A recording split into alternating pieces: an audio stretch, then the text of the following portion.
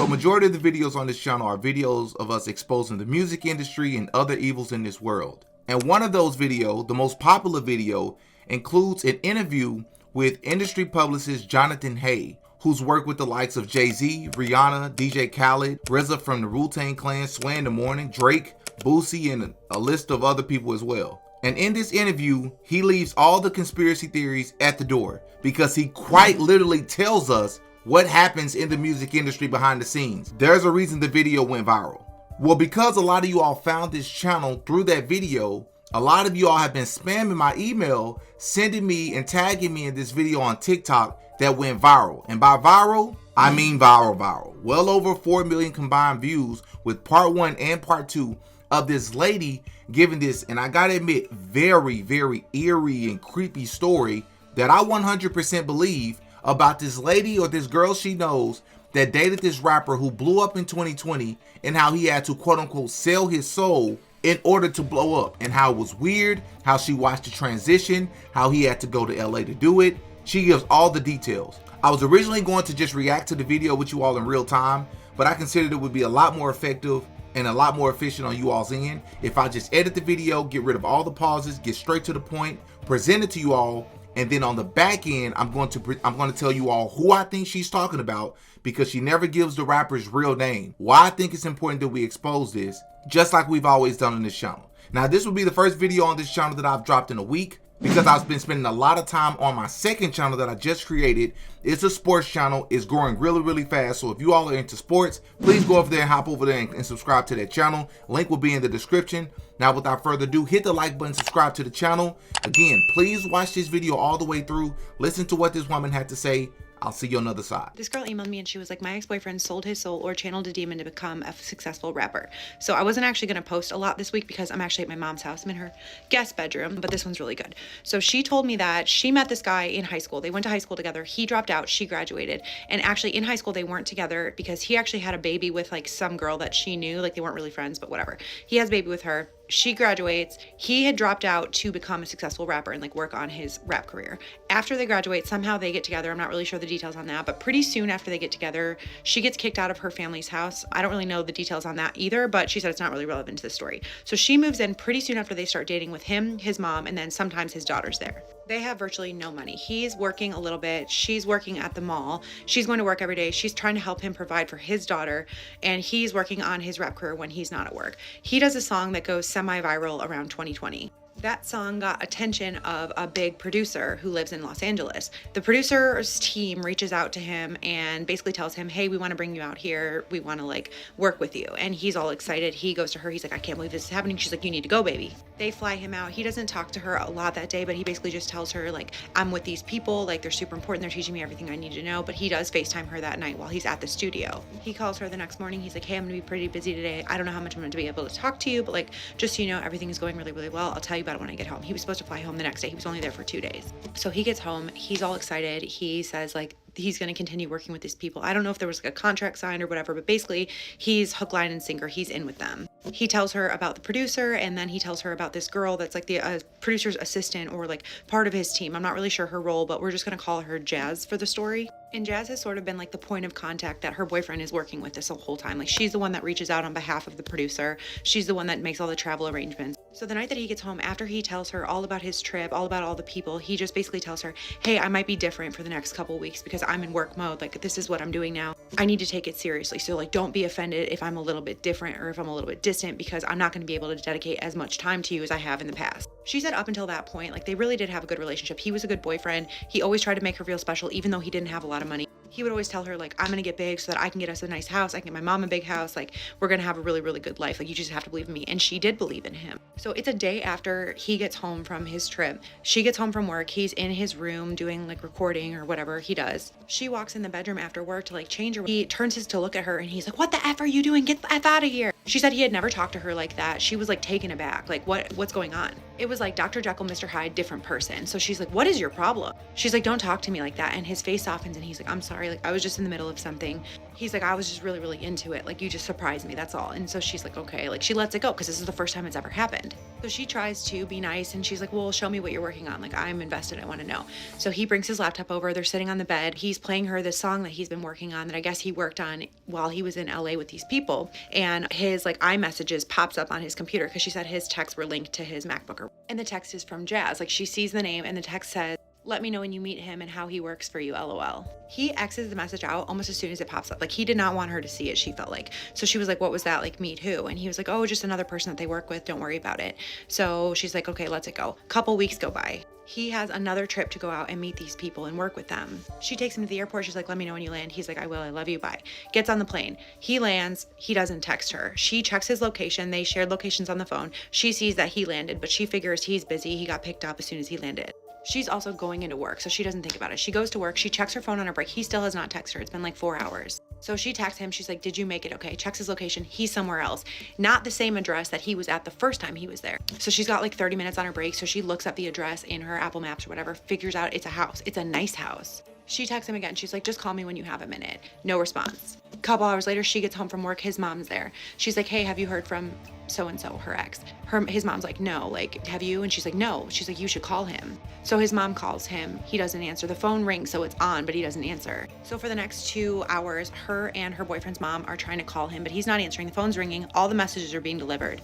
She goes like full FBI mode and she realizes that his iCloud login is logged into his mom's iPad because his mom didn't have one. She used his account to like get games, or she used it for something. So it was logged into her iPad. So she logs into his messages. At this point in the email, she told me she doesn't care if other people think it's wrong or sneaky because you would do it too if you were in her situation. And she's able to pull up all of his text messages between him and Jazz. And she said when she first looked at the messages, she expected to find something like he was flirting with this girl or he was cheating or doing something scandalous. But actually it wasn't the case at all. There were no flirty text messages, but the messages were like super cryptic and just didn't make any sense to her. She scrolls all the way back to when Jazz texted him, let me know when you meet him and how he works for you, LOL. To which her boyfriend responded, I did meet him. He's already here. She said she couldn't make sense of a lot of the text messages, but there were other things that stood out to her. Like one text said, don't forget to practice what we taught you. Have you practiced today? There was another text that was sent at like 7 a.m. one morning when he was home, so not in LA. And it said, did you meet with him last night? How did you sleep?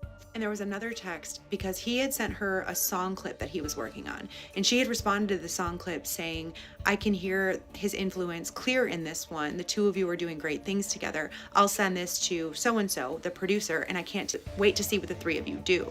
So clearly they were talking about this other person that she had no idea who they were referring to because it wasn't the producer, it wasn't her boyfriend, and it wasn't Jazz. But he had been at home, like there was nobody else involved with this process. So she checks his location again. He's still at that same house. He doesn't respond to her that whole night. She doesn't sleep at all that night. He finally calls her around 7 in the morning. He's like, I'm so sorry, baby. Like, I was working. I was learning how to do all this stuff. Like, we were at the studio late. She's like, I know you weren't at the studio. Look, I can see your location.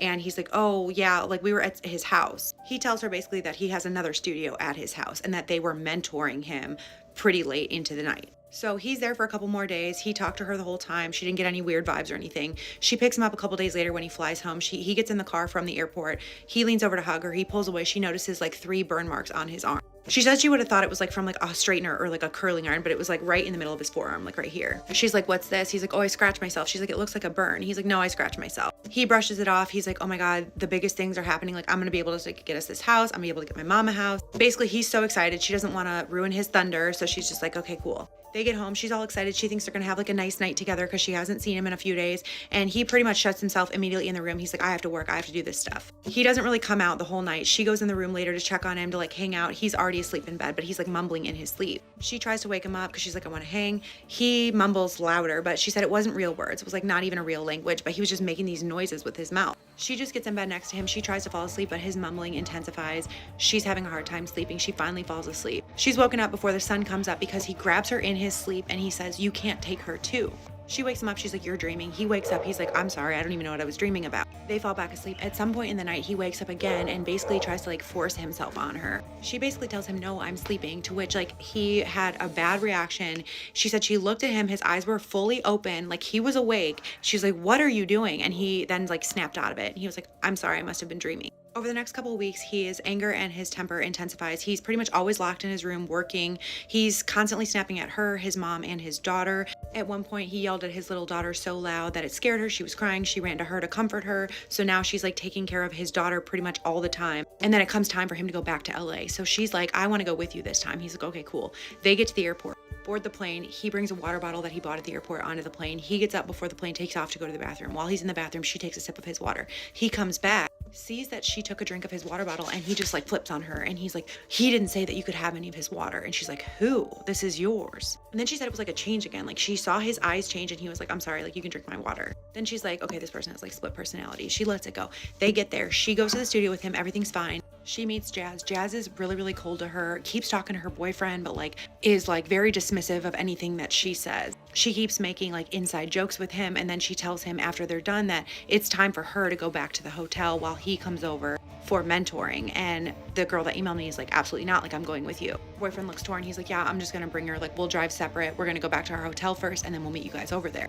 They go back to the hotel. He's trying to convince her to stay at the hotel. He's like, you really don't want to be over there while they're just giving me tips and tricks about the industry. She's like, no, I want to go. They go back and forth for a little bit. Finally, he's like, okay, you can come, but there's something I have to tell you. Every time I've been out here, we've been doing rituals. They showed me something that I can do to channel a better part of myself. And she said immediately she did not like this, red flags, because she believes in God. She doesn't think that you should be channeling anything. She tells him this. He's like, no, but like, look at my life since I've started doing it. Like everything is getting better. He said, basically, I have to turn him on when I work, and that's the only way that we're going to be successful. He said, you believed in me then, believe in me now. She goes, I don't want any part of this. She decides she's going to stay at the hotel while he goes over there. He doesn't come back to the hotel that night. And she's pretty much like so disgusted with him at this point. She doesn't even contact him. So she leaves in the morning. She wakes up about 9 o'clock. They have another day at the hotel. She decides she's going to go get some breakfast from this like smoothie juice place down the street. She walked. As she's on her walk to the juice place, he starts texting her, basically saying that he's sorry, that he got caught up in everything, that he loves her, that he wants her to be part of his new life. She ignores his text. She checks his location. She sees that he's still at the same house that he was at the last time he was there. She gets to the juice place, orders a smoothie, orders some breakfast. She sits down. He's still texting her. He's still trying to call her, but she's texting and FaceTiming with one of her friends who's back home in Atlanta. She said she was like basically talking to her friend for probably an hour when she sees him through the window of the juice place walking inside. She thinks he's there to apologize. They shared each other's location, so it wasn't like he just found her. Like he knew where she was. He comes in, but he doesn't look happy to see her. He looks mad.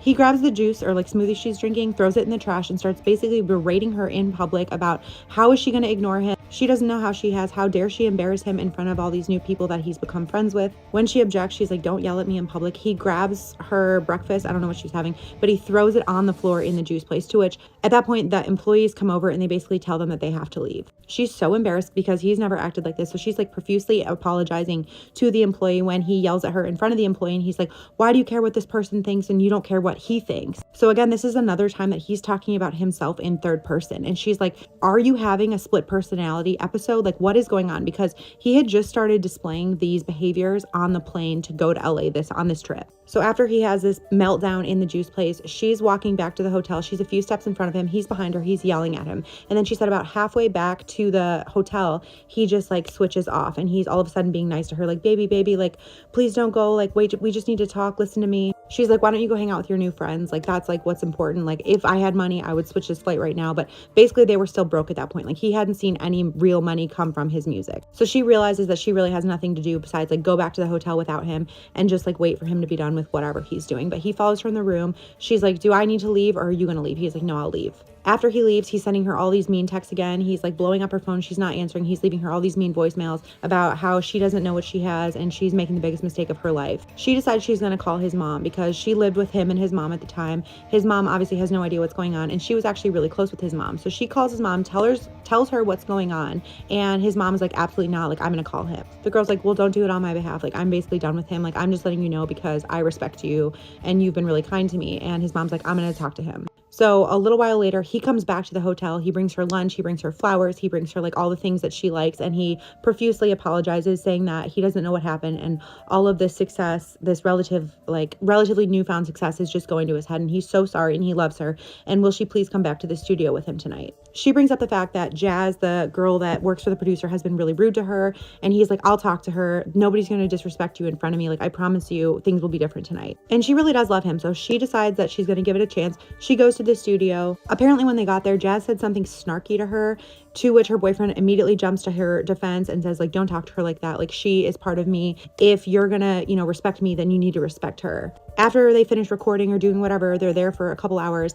They're going to go back to the producer's house, apparently to do another one of these rituals, which he keeps calling mentoring. They all get back there. The producer goes in another room. I guess he's not actually in the room for this ritual. So it's her, it's Jazz, it's her ex-boyfriend, and then it's some other guy that she doesn't know. She says they led them to what she can only describe as like a ritual room, which was just like a completely dark room with fabric on the walls and on the carpet. There were a few mirrors in odd places, but nothing really else. There was a bowl of water in the center. They all sit around, and before they start, her ex-boyfriend leaves the room, and Jazz grabs her hand in her hands. She looks at it. She puts her palm to her palm, and she says, you need to let go if you want him to be successful. You need to basically let him absorb what he's going to absorb from this if you want to have the life that you want for him and for yourself. She looks her in the eye. She's like, are you willing to do that? And the girl who emailed me basically says, like, no, I'm not. Like, I don't like any of this. Like, he's talented on his own merit. He doesn't need to be doing any of this. And I don't know what you guys are trying to get him into, but I don't like it, and I'm not going to sit by and just let him do this. She basically asked Jazz, is this devil worship? Like, what are you exactly doing? And Jazz says it's just to let him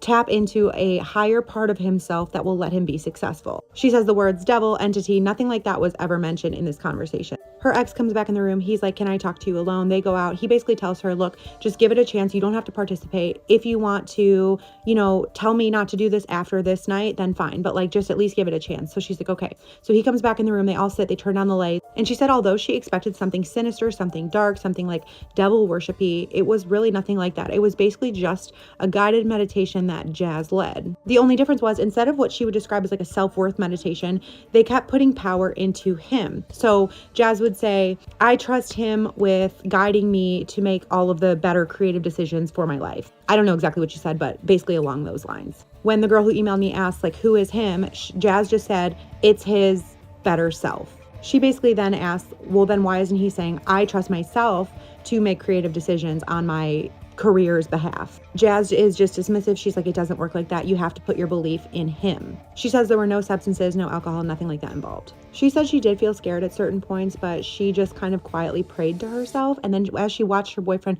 it was almost like his face was changing before her, although she couldn't exactly put her finger on what was changing about his face. Apparently they get back to Atlanta, and he continues doing these like self meditations that are not about himself. He speaks of himself in third person almost constantly. When he doesn't like something, he refers to, he doesn't like that. And then whenever she brings it up to him, he's just like, yeah, I just have a hard time turning it on and off. This went on for a few months. His career really started blowing up, but he was so angry every single time he was home. He treated her like garbage. He treated his mom like garbage. He treated his daughter like garbage. She said it felt like she was walking on eggshells anytime she was around him. It all boiled over one night when she accidentally interrupted him when he was working on a song. She didn't know that he was recording, but she walked in the room. He was so angry. He came over to her desk and took her computer and smashed it. He said something along the lines of, now you know what it's like when you interrupt him. And she said like she had just had enough. She basically told him she was done. His mom basically begged her not to leave when she broke up with him. She ended up moving in with her friend. He would go back and forth, texting her and calling her, basically being really nice, saying he wanted her back, saying he wanted to work it out and have a family with her, buy her a nice house. And then if she didn't respond, he would get completely angry, refer to himself in third person, saying, you made the wrong mistake, making him angry. He'll make you pay for what you did. She said this continued for several months until she finally just blocked him on everything. He did go on to date Jazz, and she said that she thinks that they may be expecting a baby. Jazz is not her real name, by the way. I just made that up for the story. I know some people said like, oh, there's this rapper and he was dating or married to this girl named Jazz. It's not that. I literally just pulled that out of thin air. But yeah, I don't know who it is. All I know is that he went to high school in Atlanta. The song went viral around 2020, but he had been making music before that. And he is apparently a household name who is successful now. And honestly, I just keep going back and forth because I don't know if he was just cheating on her the whole time with Jazz or if he really did make some kind of deal behind closed doors the first or second trip when she wasn't there. She said she goes back and forth too, but with the speed in which his personality changed, she believes that there was something sinister at play. I know a lot of people commented on that first video too, saying that they knew people in the music industry who had experienced similar things. So yeah, that's all I know. Let me know your thoughts. I have gotten other selling souls stories, some of people that aren't successful and some people that have name dropped real people. I would like to tell those stories. I would like to figure out a way to do it. I also don't want to tell stories or spread like libel or slander because I don't know these people. These are all coming through the submissions form on my website, and I don't want to tell the stories and then get face like legal backlash. So if anyone has any ideas on how to drop those stories, let me know. I just want to interrupt for just a sec to say, first of all, thank you so much for watching this video. And if you're new to the show, please know we're thirsty to grow and to drink some of this warm water with lemon. You can help us out by liking this video and subscribing to the channel. But don't worry, I'm going to give you 5 seconds to hit that like button for me.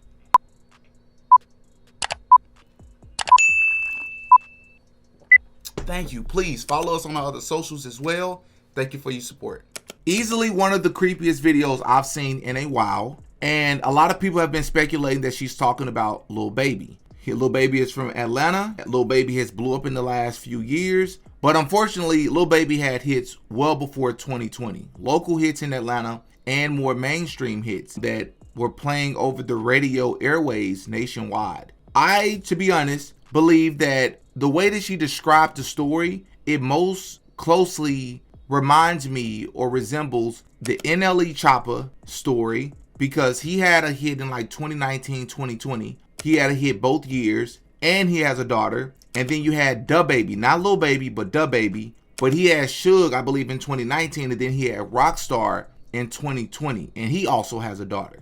But the problem is neither one of them are from Atlanta. So I just wonder if she tweaked a little bit more of that story so that it would be a lot harder for us to put the story together. But I'm going to tell you all who it reminds me of, even though he had hits before 2020, who I couldn't help but to think about the entire time she talked about it, y'all, was Playboi Carti. Playboi Carti is one of those artists, I'll be honest, I never really got into his music, but I don't want to be the old head or come up being that person just because I didn't listen to your music and I don't understand it, that I just bash on you.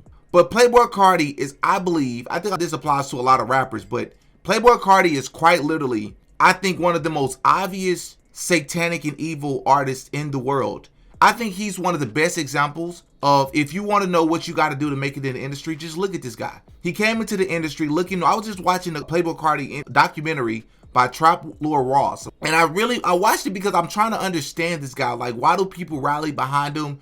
Why does he have such a core fan base? What is it that people love about him? Because part of it is like, I'm like, people don't ever hold these artists accountable, bro. They don't ever call these artists out. They just love them. They praise them. They never have anything critical to say about them other than just if their music is trash or not. But I look at Playboi Carti from a distance. I'm like, okay, this guy came into the industry, quote unquote, looking normal for what the best version of what a normal rapper looks like in the past 30 years. And then you just watch this guy's transition where obviously he's posting pictures that are very, very homosexual and very, very zesty leaning, but he tells you that he's straight or he's heterosexual. Like, if you're homosexual, own it, live it, and it wouldn't be a surprise to people. You're posting pictures and vids and then you're posting upside down crosses and claiming that that's your brand and you've recreated what it means to have upside down crosses. No, you didn't, bro. You didn't recreate anything. You're being seen strategically. It's not an accident. You all are, and all of this is promo.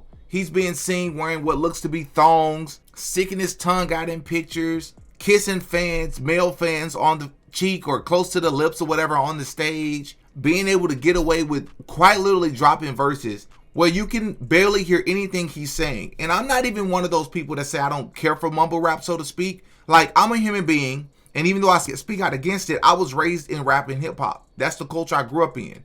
So I admit when I hear a song that's catchy, I understand there may be some songs I don't get, and it's subjective, and people like different things. I get it. But when I listen to Playboi Carti, I quite literally say, brother, look at this guy. He is quite literally an example of what you got to do. How do you go from this to all of a sudden he got this super evil, dark, shadowy image of, he just looks sick. He looks demonic. He looks like he's been behaving and participating in rituals. So these are the things I think about, bro. This story, when I first watched it, when y'all sent it to me, it literally made the hairs on my arms and my legs stand up. And on my neck. I was listening, I'm like, I believe every bit of this. I believe it reminds me of the A$AP Rocky situation. A$AP Rocky is seen in videos and doing these rituals, and they in the name of artistic and creativity. It's not real. It's just pushing the heights and going to new levels. It's like, no, all y'all do the same stuff. All y'all push the same boundaries. All y'all participate in the same things. What is it with all these rappers that at some point in their career, all of them get blonde hair? I don't care what style they have. If they have locks, if they have short haircut, if they have a fro, it doesn't matter. At some point, it seems like all of them they go blonde.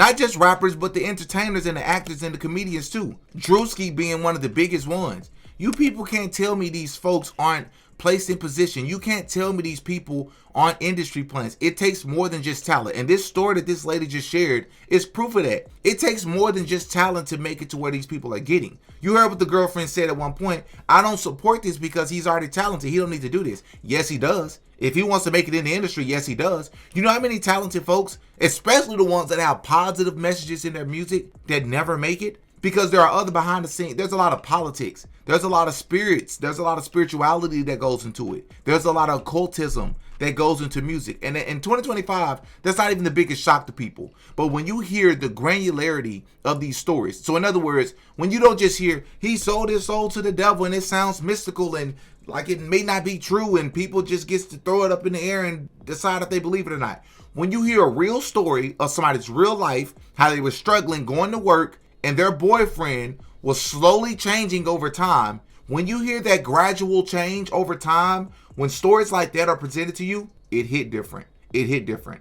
And I love this story because I think this is the quintessential example of what a lot of these artists have to do. I forget his name, but the guy who blew up out of Atlanta will pull up with a stick. When you look at him, you can clearly tell that Playboi Carti and Young Thug influenced this guy. But he's so different. He's pushing the boundaries, upside down crosses. Man went as far to get an upside down cross on his forehead. Like, do any of you people believe in God? Because when y'all get up there on them award shows and say, I thank God, we know that y'all not talking about the same God we talking about. We talking about Jesus Christ. Who are you talking about? But no, in the name of creativity and different, and I just love, it's all about vibes. We are losing our young people because our young people look at these people the way our young people looked at Martin Luther King, Malcolm X, and all the other civil rights leaders 60, 70, 80 years ago. That's how rappers are looked at today.